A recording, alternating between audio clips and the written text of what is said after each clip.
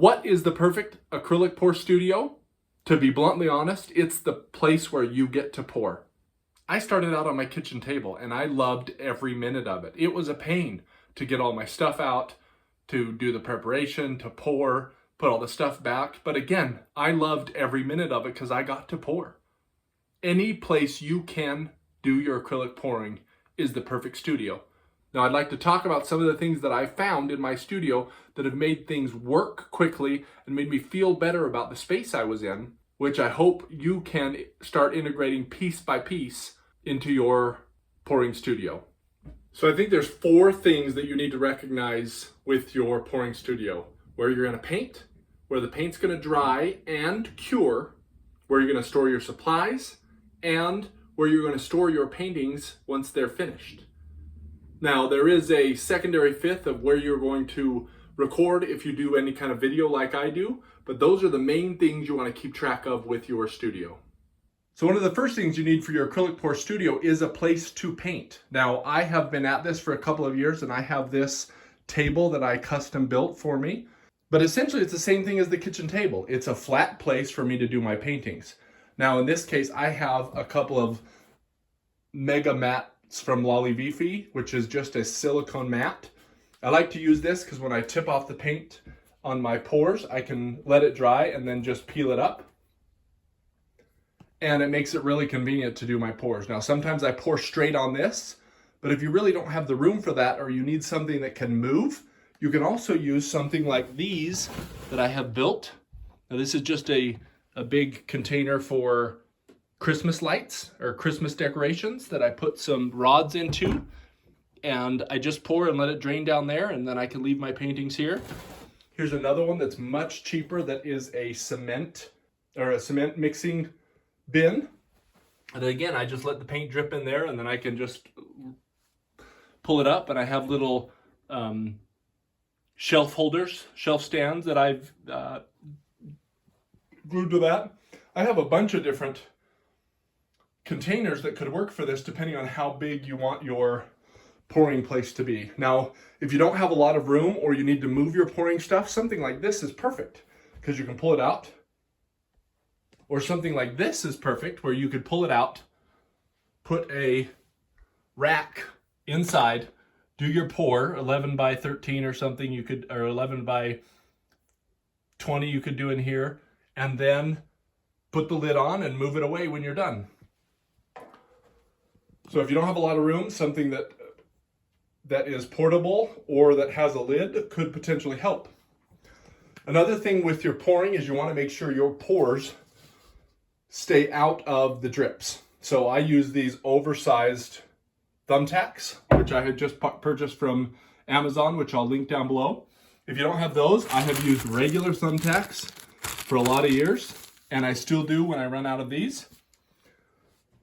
But if you're pouring on a place like my kitchen table that isn't ever level, you can also use these eye hooks. And I just put one of these in all 4 corners of the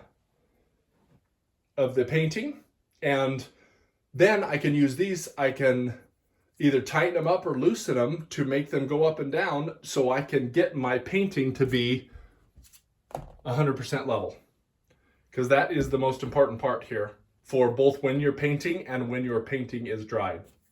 So I would definitely recommend, even when I use this, I put my thumbtacks in so that I can transfer it to where my paintings are going to be when they dry. All right, so the next thing you want is, once you've done your beautiful painting, you want a place for them to dry. Now, in my case with this table, and again, this is after a couple of years of pouring, I have shelves underneath where as soon as I'm done pouring and I'm done playing with it and I've scraped the edges so the paint doesn't continue to drip off the sides, then all I do is make a space under here, and I transfer my painting, and it sits here and dries for the next 24 to 48 hours. Now, that can be the same place. I could have left this painting right here the whole time, and it could dry here. I just want to make sure that the painting is not drying sitting in the paint that I tilted off. Now, another thing, you do not want to leave your paintings to dry on this, and I'll tell you why. when I tilt my paint off, I get a little bit of paint right here. And that paint is wet and it's gonna stick to the canvas that's on the backside of my painting. And if you let that dry, this canvas will just rip off when you try and take it off. That's why even if I'm painting on this, I always put my pins in and I always move the painting from here to a place where it can be up off the ground so I don't ruin my finished paintings. So the next location you need is where to store your supplies. Now I just have some bins that I put my paint in. I have my craft paint, some of my paint containers and some of the little things that I've done, my metallics. And I have a bunch more paint here where I'm going to use for my acrylic pour paint reviews. But you want a place where you can put your sundry acrylic pour supplies and paints. So for me, it was just easier to get a couple of shelves where I can put my stuff here. As you can see, I need to go through it and really organize a little bit or a lot of it better. But again, if I had two of these, one for my paints and some of my supplies and one to actually pour in, I could have in the corner of my house a whole painting studio that I just get out, do my pours, wait for it to dry, and then put them back. So that is one option if space is not your friend where you're at.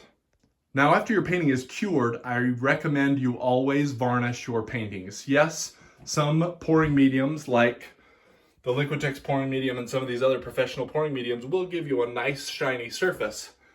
But I like to add some additional varnish to give some dust protection and also some extra UV protection for my paintings so my colors don't get muted. And I have a video down below about the different types of varnish that you can use, and this is my little varnish board that kind of shows you the difference between a non-varnished high gloss matte and satin varnish. That's just an example so I can eyeball it when I'm doing something. Once your paintings are varnished, then you want a place to store them. If you're like me, I do a lot of paintings for videos and for just to start learning. And so I have collected these, which I'm going to start selling online and at local art shows. But I stack these on top of each other. I only do this because these are really light and because they're varnished. If they were not varnished, these would just stick together and I'd ruin my paintings. But you can see the gloss coat there that they're varnished.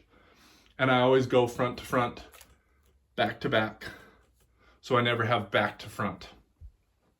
So you need a place to store your paintings while you sell them or give them away or whatever you do with your paintings. So that's another scenario that you need to think about. And also, I like to have a couple of paintings displayed. So you might want a place where you can swap the different paintings that you have out for display. Now, before we get to our tip about recording, if this video has been helpful to you, please like the video down below, as this gives the signal to YouTube that other acrylic pouring artists may be benefited by watching the video. Also, if you have other tips and tricks that you use in your studio that would help other acrylic pouring artists, please leave them in the comments below. All right, so the last thing is a place for a studio. Now, this is my current studio. I made that for my camera setup, and I have two lights that are shining down so I can get a good lighting for my paintings. But what I found is you need at least a good light, preferably a ring light or a diffused light like these, to light your paintings, and then a way to get your camera as close to above your painting as you can. Now, for a lot of years, I used a tripod that I just kind of pointed down, and it gave a kind of odd look to the painting, but it worked great initially. But I found that having a couple lights a little bit farther away and then my camera up here, and then I have a phone here for my second angle that I have on a selfie stand that I can just stand up right here and come down at the angle. That is sufficient for me. I also have a light right here coming in, so during the day I can get some natural light. But that rounds up what I use for my studio. Now, if you want to create that pouring container that I showed you before, I have the videos for this right here, and this one right here.